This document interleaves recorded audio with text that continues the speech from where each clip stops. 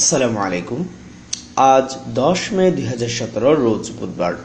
আমন্ত্রণ এটিভি বাংলা সংবাদে, সাথে আছি আমি হাসান হাফিজ। শুরুতে সংবাদ শিরোনাম। রোহিঙ্গা সমস্যা সমাধানে বার্মার প্রতি আহ্বান জানিয়েছেন শেখ হাসিনা। বাংলাদেশে 5,000 রোহিঙ্গা শরণার্থীদের রেড ক্রিসেন্টের সহায়তা প্রদান এবং জোরপূর্বক 12 বছরের রোহিঙ্গা বালিকাকে বিয়ে করেছে 60 বছরের বাংলাদেশি বৃদ্ধ, এলাকায় চাঞ্চল্য। শুনছিলেন শিরোনাম, এবারে বিস্তারিত। আলোচনার মাধ্যমে রোহিঙ্গা সমস্যার সমাধানে বার্মা সরকারকে আহ্বান জানিয়েছেন বাংলাদেশের প্রধানমন্ত্রী শেখ হাসিনা। তিনি বলেন, প্রতিবেশী দুদেশের মধ্যে সমস্যা থাকতেই পারে, তা আলোচনা করে সমাধান হওয়া দরকার। গতকাল সকালে বার্মার ঢাকাস্থ বিদায়ী রাষ্ট্রদূত মিউ মিন থান প্রধানমন্ত্রী শেখ হাসিনার সাথে সাক্ষাৎ করতে গেলে তিনি এসব কথা বলেন। বার্মার রাষ্ট্রদূতকে শেখ হাসিনা আরও বলেন, রোহিঙ্গা ইস্যুতে দুদেশকে একসাথে বসে এর সমাধান বের করতে হবে। কারণ নিবন্ধিত রোহিঙ্গাদের বাইরে বাংলাদেশে থাকা রোহিঙ্গারা অমানবিক জীবন যাপন করছে, যার প্রভাব বাংলাদেশের সমাজ ও পরিবেশের উপর পড়ছে বলেও জানান শেখ হাসিনা। সাক্ষাতে বাংলাদেশে দায়িত্ব পালনের সময় সহযোগিতার জন্য শেখ হাসিনাকে ধন্যবাদ জানান বার্মার বিদায়ী রাষ্ট্রদূত। এছাড়া দুদেশের স্বার্থ সংশ্লিষ্ট নানা বিষয়েও আলোচনা করেন তারা। আন্তর্জাতিক স্বেচ্ছাসেবী সংস্থা রেড ক্রস এবং বাংলাদেশীয় রেড ক্রিসেন্ট সোসাইটি 5,000 রোহিঙ্গা শরণার্থীকে খাদ্য ও স্বাস্থ্য সহায়তা দিয়েছে। গত সোমবার বিশ্ব রেড ক্রস দিবসে এই সহায়তা দেওয়ার কার্যক্রম শুরু হয়।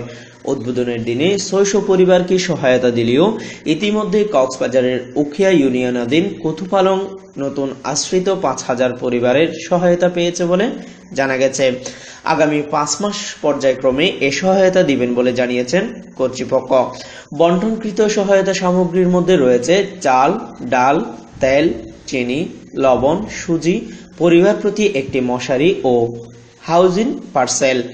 বিতরণের সময় উপস্থিত ছিলেন আইএফআরসির বাংলাদেশের প্রধান আজমত উল্লাহ ও বাংলাদেশ রেড ক্রিসেন্ট সোসাইটির পরিচালক নাজমুল আজম খান। বাংলাদেশ রেড ক্রিসেন্ট সোসাইটির উদ্যোগে এবং international federation of red cross and red crescent সোসাইটির সহযোগিতায় এই সহায়তা প্রদান করা হয়।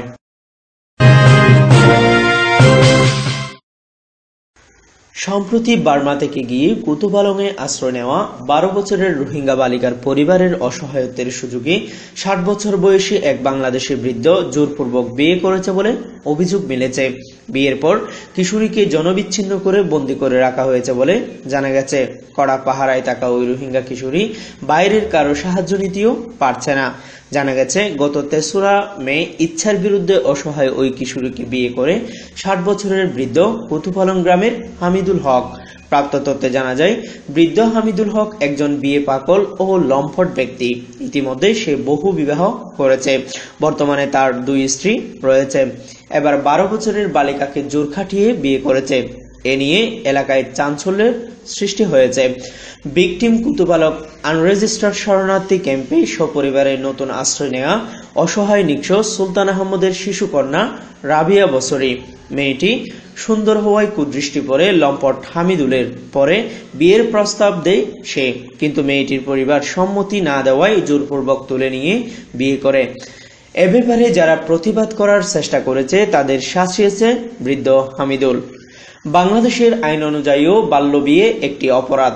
এ ব্যাপারে কঠোর পদক্ষেপ নেবেন স্থানীয় প্রশাসন, এমনটাই আশা রোহিঙ্গা শরণার্থীদের।